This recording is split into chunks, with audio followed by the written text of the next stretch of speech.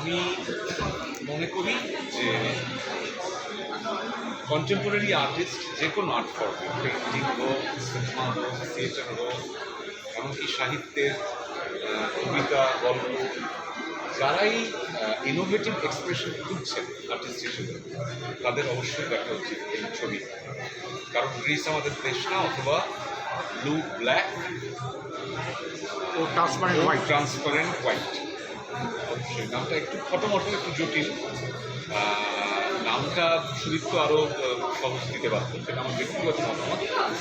ছবিটা আমার খুব ইন্সপায়ারিং লেগেছে। সুদীপ্ত লাহা, অনিন্দ, রাজেশ্বরী, অনুশ্রী, কমলেশ্বর মুখোপাধ্যায়, যারা নতুন নতুন না হলেও যারা অন্যরকম এক্সপ্রেশন খুঁজছেন, রকমভাবে কথা বলার চেষ্টা করছেন, তারা সকলে এসে থ্যাংক ইউ। মাছ ছবি তো আমরা দেখতে পাচ্ছি। আমার খুব ভালো লাগছে।